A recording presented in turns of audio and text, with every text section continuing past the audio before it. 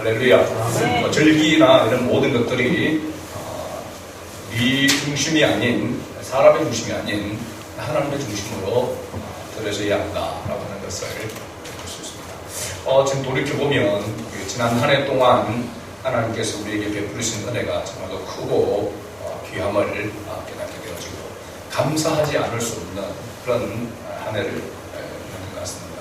개인적으로도 또 교회적으로도 말로 우리가 큰 그런 은혜를 우리가 또 맛보고 누렸던 그런 한 해였다라고 이렇게 생각이 되어지고, 열려지는 하늘 문이 열려지는 그러한 형통의 은혜가 우리 모든 성도들의 가정에 또 개인적으로도 더 열려져서 정말 올해 마지막 날뿐만 아니라 내년에 더 크게 열려지는 그런 은혜가 있기를 주의 이름으로 축복합니다. 오늘 본문이 있는 레위기 23장은 이스라엘 백성들이 지켜야 할 7가지 절기에 대하여서 말씀을 하고 있습니다. 7가지 절기에서 7대 절기라고 이렇게 말합니다. 보통 이스라엘 백성들이 중요하게 1년에 3번 성인이 된 남자들이 예루살렘에 올라가서 지켜야 될 3대 절기가 있습니다. 첫 번째 절기가 뭘까요? 첫 번째 절기 6월절이죠. 6월절. 그 다음에 6월절이 사실은 한 날을 이야기하고 있고 실제적으로는 무교절을 이야기하고 있습니다. 무교절, 6월절을 이렇게 이야기하고 있지는 엄밀하게 각각 이야기하자면 무교절이라고 이렇게 말할 수 있습니다. 그 다음에 77절 다음 날이 50일째가 되는 날이라서 오순절이라고 이렇게 이야기하고 있고, 통상적으로 또 우리가 맥주절이라고도 이렇게 이야기합니다. 그 다음에 마지막 세 번째 절기가 뭐냐면 초막절입니다. 초막절. 그래서 무교절, 6월절, 무교절, 그 다음에 77절, 초실절, 이 세 절기는 3대 절기로서 이스라엘의 성인이 된 모든 남자들은 반드시 예루살렘에 올라가서 지켜야 될 그러한 절기다. 이 3대 절기 가운데서 조금 더 펼쳐놓은 그 절기가 바로 7가지 7대 절기인데, 7대 절기는 첫째는 바로 6월절, 두 번째는 바로 무교절입니다. 세 번째는 초실절이죠. 초실절. 처음 익은 음식을 먹는다. 초실절. 곧바로 그 다음에 77절. 77절은 오순절이라고 했죠. 그 다음에 뭐냐면 나팔절입니다. 나팔절. 들어봤죠. 그 다음에 7월 10일 대속죄일이라고 이야기를 합니다. 대속죄일. 그 다음에 7번째가 바로 초막절인데, 초막절은 다른 말로 장막절이라고도 하고 수장절이라고도 이렇게 일컫습니다. 그래서 이 7가지 절기에는 그 절기 안에 함축되어져 있는 하나님의 그 경륜이 여기에 포함되어져 있습니다. 6월절을 하면은 뭘 상징하냐면 예수 그리스도의 죽음을 상징하고 있습니다. 6월절 어린 양의 피, 이걸 통하여서 장자의 재앙을 넘어가도록 한 그 바로 사건이 6월절이죠. 그래서 6월절 하면 6월절 어린 양, 바로 예수 그리스도의 죽음을 말하고 있고, 무교절은 그리스도와의 친교를 이야기하고 있습니다. 친교. 그 다음에 초실절은 바로 그리스도의 부활, 메마른 돼지에 싹이 나서 이제 열매를 맺게 되어져. 그 다음에 무교절은 그리스도의 친교, 초실절은 그리스도의 부활. 그 다음에 77절, 이 오순절이라고 하는 것은 그리스도와 성령의 임무교대라고 이렇게도 이야기합니다. 오순절날 성령이 임하게 되어지죠. 예수님이 부활 성천하시고 난 다음에 열흘 안에 성령이 강림한 그런 사건입니다. 바로 오순절 성령 강림 사건이라고 이렇게 이야기하죠. 그 다음에 나팔절. 나팔절은 나팔을 불어서 이제 새롭게 시작되는 것을 알리는데, 이 나팔절은 바로 그리스도의 강림, 다시 오심을 이야기하고 있습니다. 이 나팔절은 그래서 요한계시록에 보면 나팔 소리가 들린다. 나팔 소리. 그리스도의 강림, 재림을 이야기하고 있고, 대속죄일은 그야말로 그리스도의 속죄를 말하고 있고, 마지막 이 초막절은 그리스도의 심판을 이야기하고 있습니다. 수술을 하고 나서 알곡은 옷간에 수장한다고 해서 물에 잠근다는 것이 아니고 창고에 들인다라고 하는 그러한 의미를 가지고 있습니다. 그래서 이스라엘 백성들에게 하나님께서 이 절기를 주셨습니다. 보통 인간이 만들어 놓은 절기는 어떤 사건으로 인하여서 절기가 무슨 절이 형성되어집니다. 파리로 광복절, 또 무슨 절 하면 3.1절 하면은 3.1에 있었던 만성분 사건을 계기로 해서 이런 절이 만들어지게 되어지죠. 성경에 이스라엘 백성들에게 이 절기는 어떤 사건을 해서 만들 하나님께서 먼저 제정을 하시고 지키도록 했다라고 하는 것을 우리가 알 수 있습니다. 그래서 인간이 만들어 놓은 절기와 하나님의 절기에 차이점이 있다라고 하는 것을 알 수 있고, 하나님께서 이스라엘 백성들에게 이 절기를 지키라고 하는 가운데 있어서의 중요한 것은 그 절기마다 하나님께서 말씀하시고자 하는 바로 메시지가 담겨져 있다라고 그렇게 할 수 있습니다. 오늘 추수감사절은 바로 이 7개 절기 가운데서 어느 절기에 해당된다고 했습니까? 마지막 초막절입니다.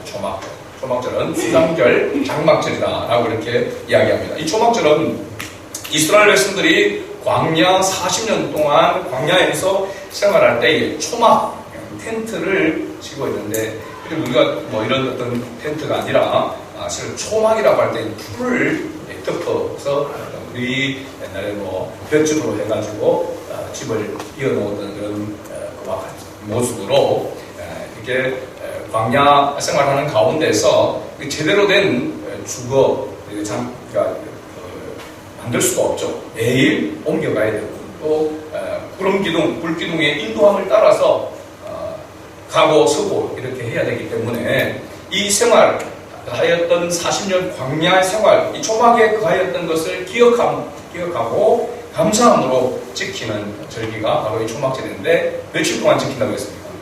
7일 동안 이 초막을 지고 지금도 마찬가지로 지금 유대인들은 이 초막절이 되어지면은 집이 있음에도 불구하고 집 앞에, 또 하도 아파트에 있으면은 베란다에 텐트를 이렇게 해서 거기에서 7일 동안 이 초막절을 지킨다고 합니다.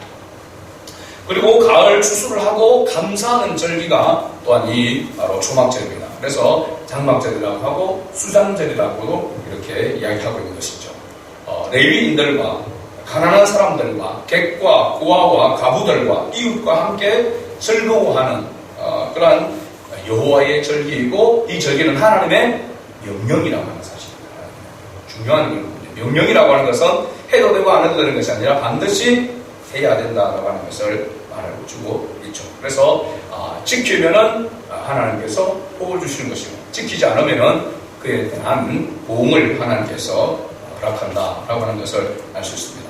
이 절기라고 하는 이 단어가 히브리어를 보니까 모에드라고 하는 그런 단어인데, 정한 때, 정한 장소에 정한 모임을 말하고 있습니다. 그래서 하나님께서 이 절기를 지키라라고 할 때는 그 절기는 정한 때에, 정한 장소에서 정한 모임, 사람들이 모여야 된다라고 하는 것을 말하고 있는 것이죠. 오늘 어떻게 보면은 우리가 하나님 앞에 주일날 나와서 하나님 앞에 예배드리는 이 예배와 지금은 같은 의미다라고 이렇게 이야기할 수 있습니다. 그래서 절기의 본질이 바로 뭐냐면 하나님과의 결혼, 만남, 그리고 영적으로 하나님과 연합되어지는 그러한 뜻을 의미하고 있습니다. 그래서 절기를 지킨다라고 하는 것은 주님을 만나고 주님과 함께 거하고 주님과 하나됨을 맛보는 그러한 바로 의미가 이 절기를 지키는 의미라고 할 수 있습니다. 자, 그렇다면 왜 하나님께서 이 절기를 제정하시고 이스라엘 백성들에게 이 절기를 지키라고 명령하셨는가? 그 이유가 있겠죠. 첫 번째 이유는 뭐냐면 잊지 말고 기억하도록 하기 위함 때문입니다. 그리고 레위기 23장 우리가 보면은 여호와께서 모세에게 말씀하여 이르되 이스라엘 자손에게 말하여 이르라 라고 그렇게 명령하고 있는 것을 볼 수 있습니다.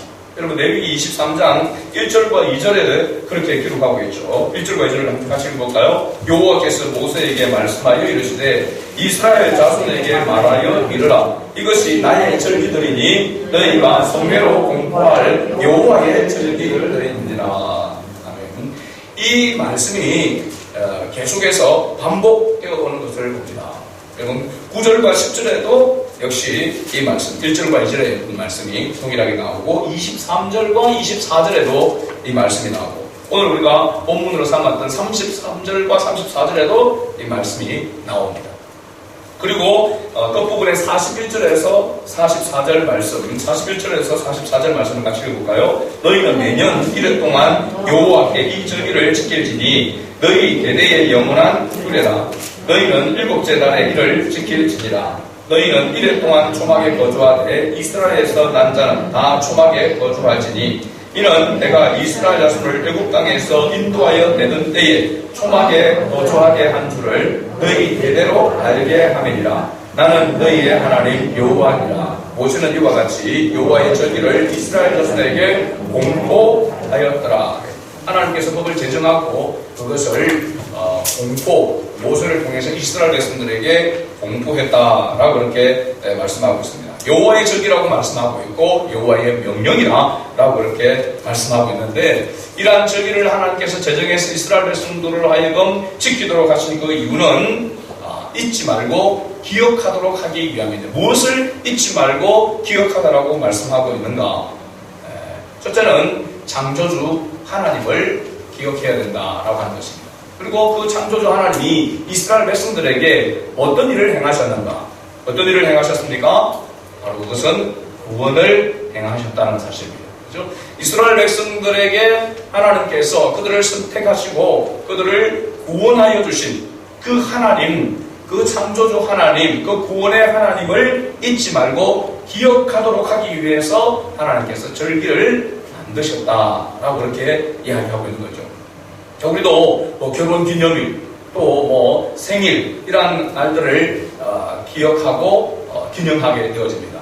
그래서 그날을 기억하고 그날에 어떻게 보면 선물에 집중되어 있지만은 실제로는 뭐냐면 그 선물이 중요한 것 아니라 그 날이 어떤 의미를 가지고 있는지를 아는 것이 또 사실 더 중요한 것이죠. 그죠?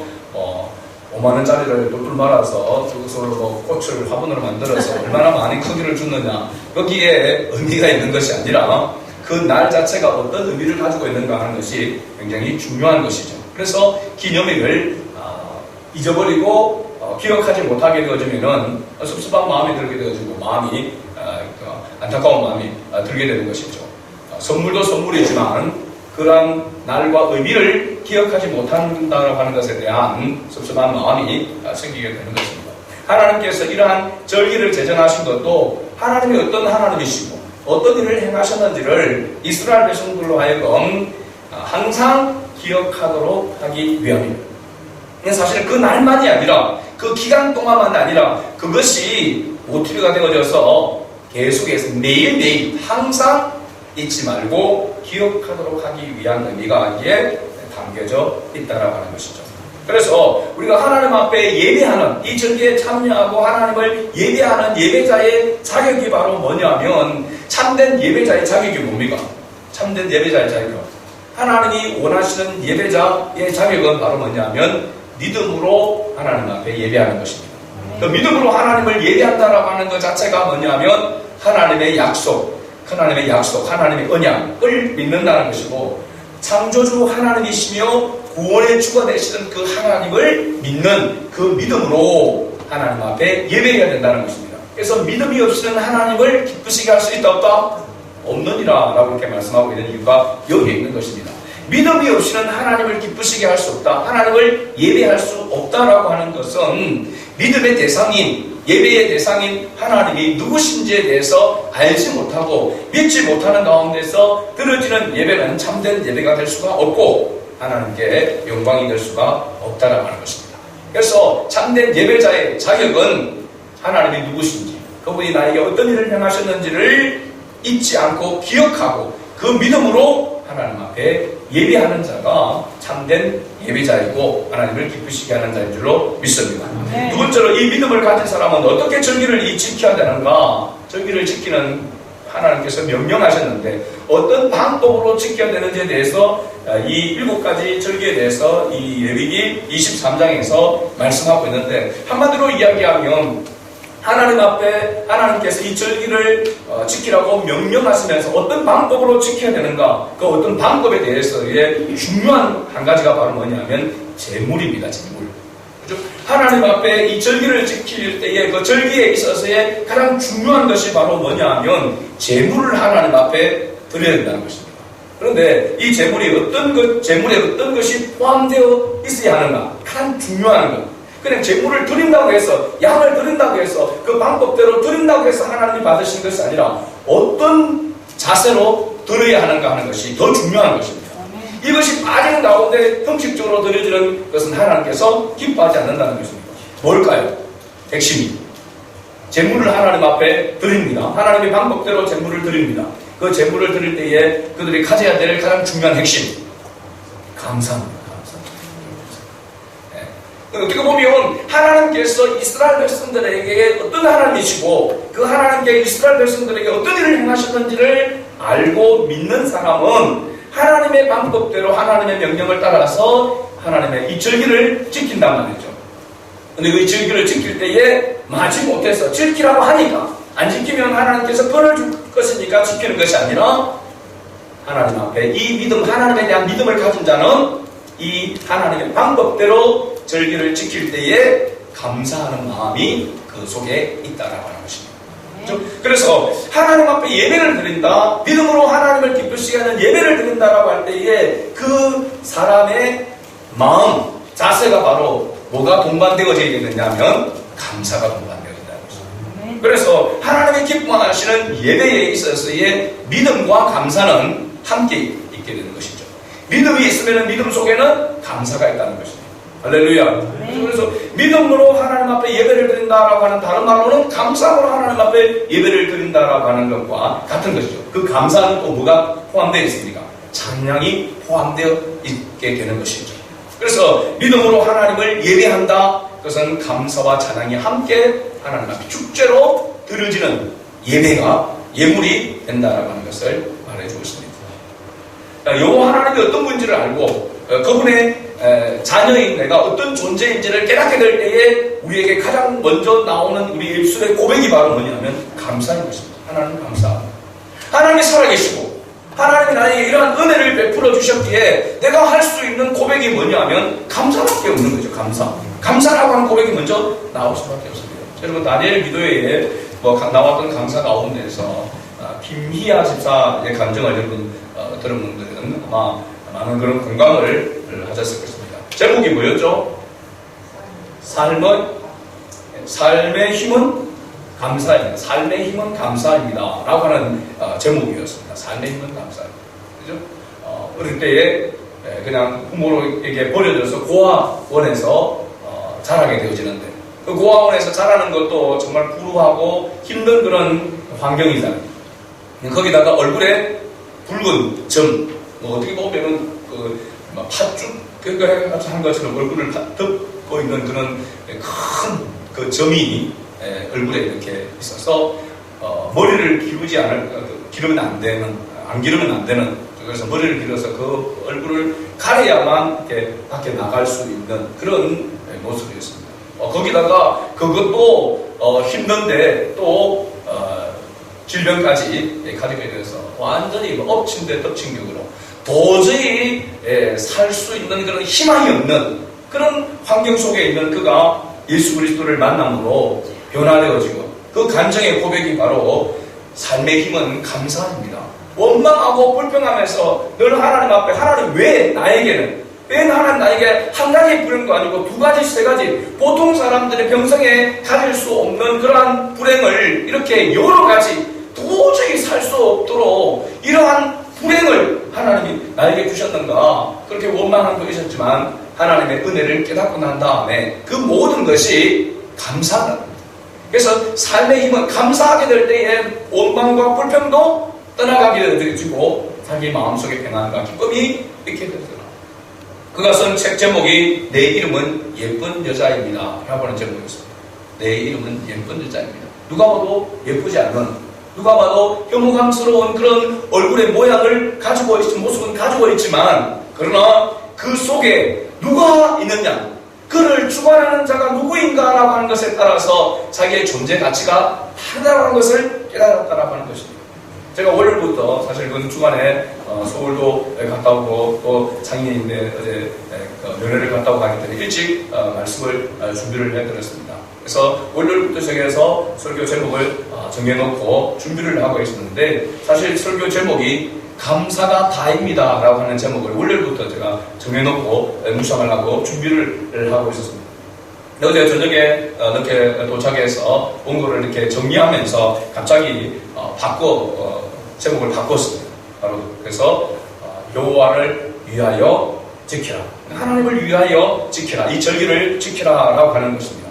왜냐하면 우리가 감사하는 그 모든 것들이 자기가 주인이 되어지고 자기를 위한 그러한 감사가 되어서는 안 된다는 것입니다. 감사가 하나님을 위한 감사가 되어야 된다는 거죠. 하나님께서 다 하셨다, 하나님께서 베풀어 주신 은혜라는 것을 깨달을 때에 이 감사가 그냥 감사로 끝나는 것이 아니라 하나님을 위한 감사로 들으셔야 된다는 것입니다. 이유가 뭡니까? 감사의 원천이 바로 하나님께 있기 때문에 하나님을 위하여 감사해야 된다는 것입니다. 이스라엘 백성들에게 이 절기를 지키라고 하나님께서 명령하신 그 이유는 뭐냐면, 하나님이 그들에게 어떤 하나님이시고 어떤 일을 행하시는 하나님인지를 너희가 기억하도록 하기 위해서, 잊지 않도록 하기 위해서 하나님께서 그렇게 하신 것입니다. 그것도 최선을 다해서 하나님께서 감사의 제물을 드리면서 하나님 앞에 절기를 지키도록 한 것입니다. 실제적으로 보면 우리가 드리는 모든 헌금의 본질은 여러분 감사입니다. 감사에서 비롯되는 것입니다. 여러분 11조도 우리가 형식적으로 10의 1을 떼서 하나님 앞에 바친다고 하지만 11조의 원래의 의미는 감사입니다. 감사. 여러분 누가 11조를 최초로 드렸죠? 성경에서 아브라함입니다. 아브라함. 창세기 14장에 나옵니다. 제가 그 말씀을 다시 한번 이렇게 살펴보니까 조카 롯이 다른 왕들에 의해서 붙잡혀가게 되어집니다. 그래서 롯이 가지고 있었던 그 재물들도 자녀들도 다 붙잡혀가지고 다 빼앗기게 되어지죠. 그런데 그때에 이 아브라함이라고 할 때, 아브라함은 히브리인이라고 할 때 그 히브리인은 뜻이 뭐라고 했습니까? 나그네라고 했잖아요. 나그네. 히브리인이라고 하는 그 자체가 나그네입니다. 뜨돌이라고 하는 것이죠. 그죠? 그런 뜨돌이와 같은 그런 아브라함, 그 아브라함이 이 멜기세덱이라고 하는 살렘 왕 멜기세덱을 만나게 되어지고, 그 멜기세덱이 아브라함을 보게 되어집니다. 정말로 멜기세덱은 왕이고, 그 당시 다 족장들이라고 할 때, 나라들이라고 할 때에 왕이 다스리는, 왕이 최고의 그런 걸 가지고 있었습니다. 그런데 아브라함은 족장이었고 그야말로 나그네 뜨돌이였던 것입니다. 그런데 그 아브라함의 모습을 보니까 아브라함은 우물을 파면은 물이 나왔습니다. 여러분 야곱도 우물을 파면 물이 나오게 되어지죠. 그죠? 또 빼앗기고 그런 이삭도 마찬가지고, 그 당시 그 지역에서의 우물은 부의 가치입니다. 부의 가치. 아무리 우물을 파도 물이 나온다는 보장이 없어요. 대부분 물을 찾지를 못합니다. 근데 아브라함은, 이삭은, 야곱은 우물만 팠다 하면 뭐가 나옵니까? 물이 솟아납니다. 우물 깊이, 여러분 지난번에 복음화 대석의 김진상 그 목사님의 이야기 들으면서 저도 그 브엘사바에 이 아브라함이 팠던 그 우물을 가보았습니다. 거기에서 돌멩이 하나를 가이드가 던지니까 놓으니까 한참 뒤에 밑에서 퐁 하는 소리가 나요. 지금도 물이 있습니다. 거기에 아브라함의 브엘세바의 그 우물에 지금도 우물에 물이 있어요. 근데 그 깊이가 제가 생각할 때는 거의 한 50m 정도는 내려갈 것 같습니다.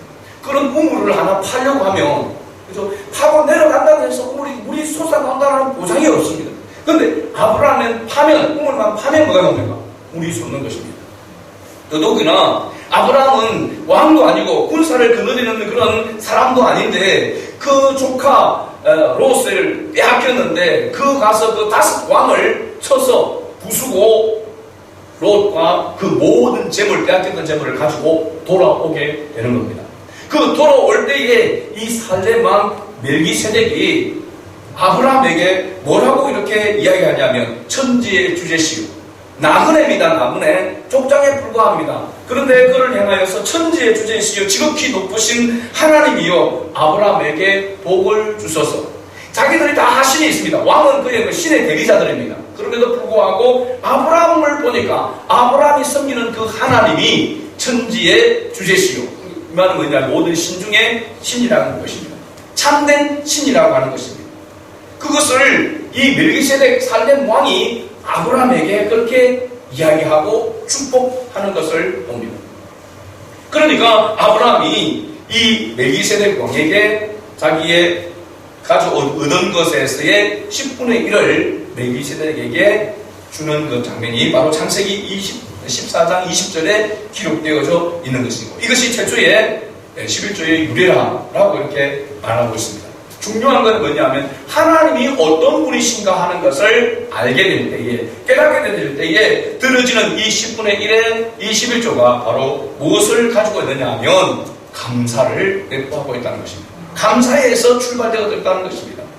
굉장히 중요합니다. 우리가 신앙생활하는 가운데서, 살아가는 가운데서 감사에 대해서 인색해질 때가 많이 있습니다. 감사의 인색, 그 감사의 인색함이 물질의 인색함으로 나타날 때가 있습니다.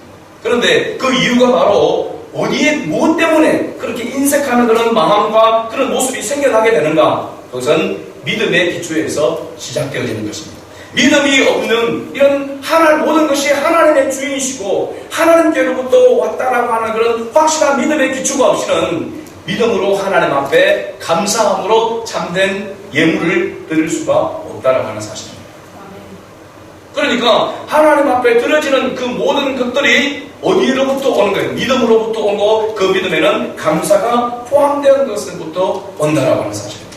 우리가 추수감사를 지키면서 하나님 앞에 예물을 드리고, 하나님 앞에 우리가 우리 마음을 다해서 뜻을 다해서 하나님 앞에 예배를 드릴 때에 우리의 그 모든 것이 그냥 우리의 형편에 따라서 그냥 형식적으로 드려야 되기 때문에 드는 것이 아니라 하나님께서 베푸신 은혜와 또한 그러한 것을 헤아리면서 믿음으로 하나님 앞에 감사함으로 감격함으로 드려지는 그 예물이 되어지고, 그 예배가 되어져야 하나님께서 기뻐하시는 추수감사절 절기가 된다라고 하는 사실을 꼭 기억해야 될 줄로 믿습니다. 마지막으로 이 절기를 지킨 이유는 여호와 하나님을 기쁘시게 할 뿐만 아니라 모두가 함께 즐거워해야 하기 때문입니다. 여호와 하나님을 기쁘시게 하는 것이 우선이지만, 그러나 반드시 하나님께서 이 절기를 지키라고 할 때의 방법 가운데 하나가 바로 뭐냐면 모두가 함께 즐거워해야 된다는 사실입니다. 모든 절기를 지킴에 있어서 중요한 일 가운데 또 하나가 바로 뭐냐면, 우리가 아까 이 레위기 23장에서 보게 되어지면 절기를 지킬 때에 빠지지 않고 말씀하는 조건이 하나가 있는데, 어떤 조건이냐면 어떤 노동도 하지 말고, 이 절기를 지킬 때는 어떤 노동도 하지 말아야 한다라고 하는데, 이유가 크게 두 가지입니다. 하나는 노동을 하지 아니하고 누구에게 집중하라고 했냐면 여호와 하나님께 집중하라라고 하는 그런 의미가 있고, 또 하나는 뭐냐면 노동을 하지 아니하고 다 함께 더불어 즐거워해야 하기 때문입니다. 할렐루야. 하나님께서 그냥 놀고 먹으라고 하는 그런 의미가 아니라, 노동 다른 것에 신경을 쓰지 아니하고 다른 것에 마음을 빼앗기지 아니하고 하나님께 집중하고, 그리고 모두와 더불어서 함께 즐거워해야 한다는 것입니다. 아까 읽었던 우리 말씀 가운데 40절에 보게 되면, 여러분 레위기 23장 40절에 보면, 첫날에는 너희가 아름다운 나무 실과와 종려나무 가지와 무성한 나무 가지와 신의 버들을 취하여 너희 하나님 여호와 앞에서 이래 동안 뭐 할 것이라? 즐거워할 것이라. 하루만 아니라 7일 동안, 1일 동안 뭐 해야 된다고요? 즐거워해야 된다는 것입니다. 즐거워할 때 객과 고와 가우와, 여러분 레위인, 분깃이 없는 자들입니다. 가난한 자, 분깃이 없는 자들, 기업이 없는 자들을, 그러한 소외된 사람들과 함께 나누고 즐거워해야 한다라고 이렇게 말하고 있죠. 저는 여기에서 7일 동안, 1일 동안 즐거워해야 할 것이다 라고 하는 것을 오늘날 이렇게 적응해보면, 우리가 주일 하루가 우리가 주의 날로 이렇게 지키고 있지만, 실제적으로는 이 주일 하루는 일주일에 시작이 되어지고 대표가 되어지는 것이고 일주일 내내 매일매일 주일이 되어져야 될 줄로 믿습니다. 하나님이 원하시는 거죠. 그런데 우리가 어떻게 그런 삶을 사는 것이 가능한가? 주일날도 아무것도 하지 않고 하나님 앞에 예배 드리는 것도 힘든데 일주일을 어떻게 그렇게 살아갈 수 있습니까? 아무것도 안 하고 살아갈 수 있습니까? 그 말은 뭐냐면 바로 이 주일날이 시작이 되어지고 출발이 되어져서 그 의미와 그 사랑을 하나님 은혜를 일주일 동안 기억하면서 지나게 되어질 때에 매일매일이 주일이 될 수 있다는 것입니다. 안식이 되어지는 것이죠. 날만이 아니라 매일매일이 즐거워하는 그런 삶이 되어야 된다라고 하는 것을 말해주고 있습니다.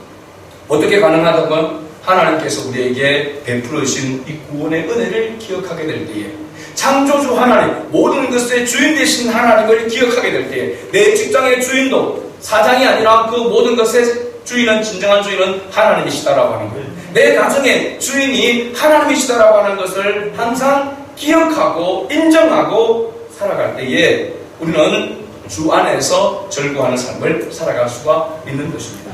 그래서 범사에 감사하라라고 이렇게 말하면서 항상 기뻐하라고 말씀하시는 그 말씀의 내용 가운데 이것이 너희를 향하신 하나님의 뜻이니라라고 이렇게 말씀하신 것은 이유가 여기에 있는 것입니다.